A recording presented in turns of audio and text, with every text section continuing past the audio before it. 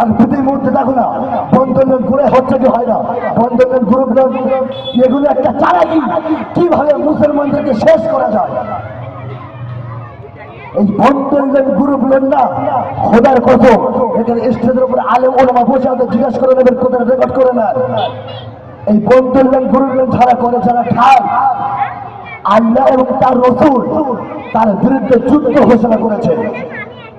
আপনি কোরআনটা খোলেন, যার কাছে মোবাইল হচ্ছে 3 পারাটা খোলেন, সূরাতুল বাকারা 3 নম্বর পারায় 6 নম্বর পৃষ্ঠার আল্লাহ রাব্বুল আলামিন বললেন, ইয়া আইয়ুহাল্লাযীনা আমানু তাকুল্লাহা ওয়া যারু মা বাকিয়া মিনার রিবা ইন কুনতুম মুমিনিন ফা ইন লাম তাফআলু ফা'যারু বিহারবিন মিনাল্লাহি ওয়া রাসূলিহি ইয়া আইয়ুহাল্লাযীনা আমানু তাকুল্লাহ। হে ঈমানদারগণ, হে ঈমানদারগণ, আমানু তাকুল্লাহ, আমি আল্লাহ, আমাকে ভয় করো। আল্লাহ ভয় করার পরে কি করব? ওয়াদারু মা বাকিয়া মিনার রিবা ইন কুনতুম মুমিনিন, সুদ যা খেয়েছো খেয়েছো, হারাম যা খেয়েছো খেয়েছো, ইন কুনতুম মুমিনিন, সুদের ওয়াদারু মা বাকিয়া, সুদ যা খেয়েছো খেয়েছো, সুদের বাকি অংশটা ছেড়ে দাও। ইন কুনতুম মুমিনিন, যদি তোমরা ইমানদার হও।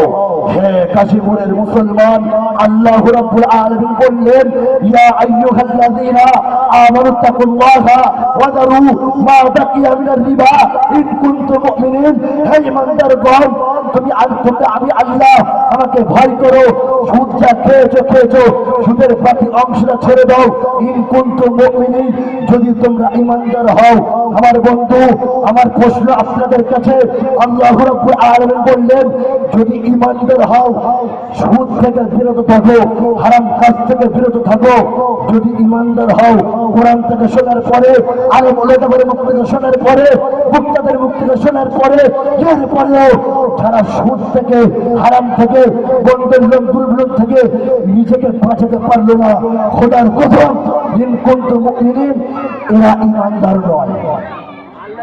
কথাটা ভালো করে শুনবে। আল্লাহ বললেন, ইন কুনতুম মুমিনিন, এর মানে হলো যদি ইমানদার হও। মুমিনিন, ইমানদার হলে ছেড়ে দাও। তাহলে আপনারা বলেন, আল্লাহ বললেন যদি ইমানদার হও, যদি ইমানদার হও তাহলে ছেড়ে দাও। তাহলে কোরআন থেকে শোনার পরে যে মুসলমানের বাচ্চা নিজেকে সুদ থেকে বিরত রাখতে পারলো না, সে ইমানদার নয়। আর কোরআন থেকে শোনার পরে যদি না ছাড়তে পারলো, ইমানদারের পরবর্তীতে কি হয়? আর কথা বলেন, ইমানদারের পরবর্তীতে কি হয়? বেঈমান। সংজ্ঞাটা আপনারা নিজেরাই দিচ্ছে। আল্লাহ বললেন যদি ইমানদার হওয়া ছেড়ে দাও। তাহলে যারা ছাড়তে পারলো না, এরা ইমানদার নয়। তারপর বলছে, ফাইন লাম তাফআলু ফা'যানু বিহারবিন মিনাল্লাহি ওয়া রাসূলিহি। অবাক হয়ে যাবে, এখানে বলছে যারা সুদ থেকে বিরত থাকতে পারলে না, হারাম থেকে বিরত থাকতে পারলে না, হারাম খাওয়াটা ছাড়তে পারলে না, তোমরা শুনে রেখে দাও, আমি আল্লাহ এবং আমার রাসূলের সঙ্গে যুদ্ধ করার জন্য তৈরি হও। হে মুসলমান, এই কাশীপুর এলাকা, চালতাবেরিয়া এলাকা, একটা মুসলমান একটু হাত করে বলবে, আব্দুল শুকুর আমরা সুদ খাচ্ছে, খেয়ে যাব। একটা মুসলমান হাত করে বলে, আল্লাহ এবং তার রাসূলের সঙ্গে যুদ্ধ করে জিতে যাব। খোদার কসম, আমি আব্দুল শুকুর নবীর মেম্বারে বসে পড়ে যাচ্ছি।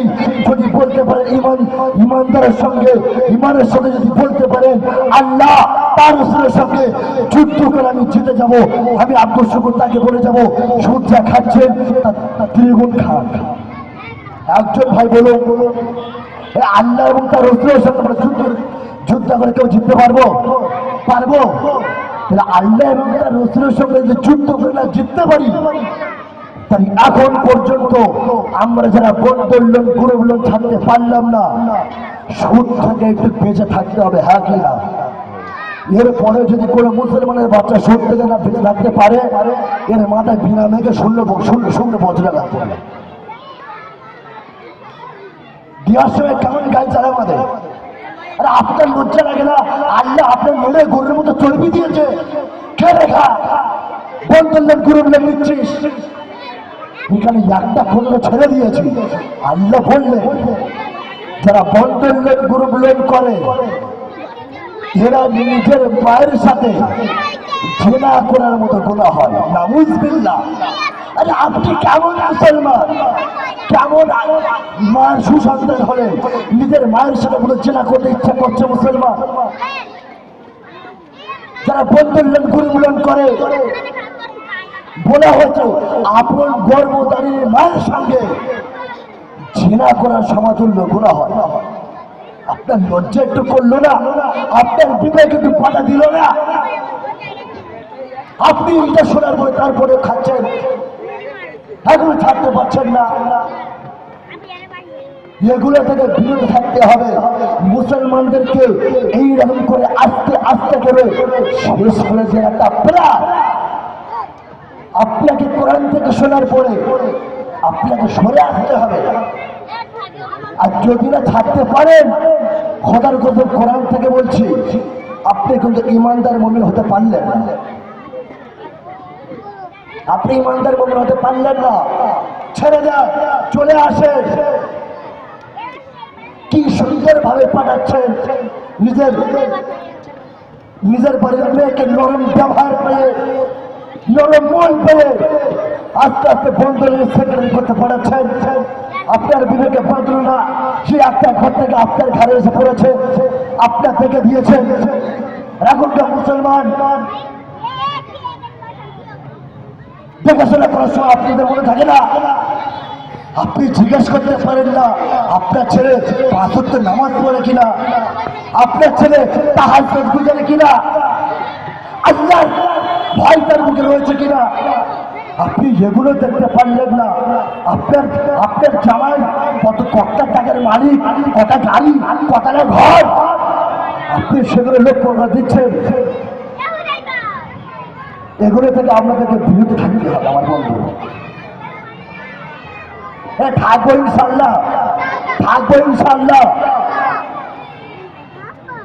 কোরআনে থেকে কথা বলতে হয় আমার বন্ধু। আমি প্রত্যেকটা জায়গায় বলি, আর এখানে আলেম ওলামাদের বসবাস। যে বন্ধুদের গুরুবিন করে যে কথাটা আমি বললাম, খোদার কথা পুরো কোরআন থেকে বলেছি, ও আবার হয়ে যায়। আরে আপনি কেমন মুসলমান হয়েছে? আরে আল্লাহ তো আপনার হাত দিয়েছে, খেলে যা। আপনি হারাম থেকে নিজের রক্তটা হারে পরিণত করে দিচ্ছেন, থাকতে পারছেন না। এগুলো থেকে আমাদেরকে সচেতন হতে হবে, টার্গেট নিতে হবে। এগুলো কিরকম ভাবে পৃথিবীর বুক থেকে, পাড়ার ভিতর থেকে দূর করে দেওয়া যায়, সেই দিকে আমাদেরকে প্রত্যেকটা মুসলমানকে বিরত থাকতে হবে হারাম কাজ থেকে।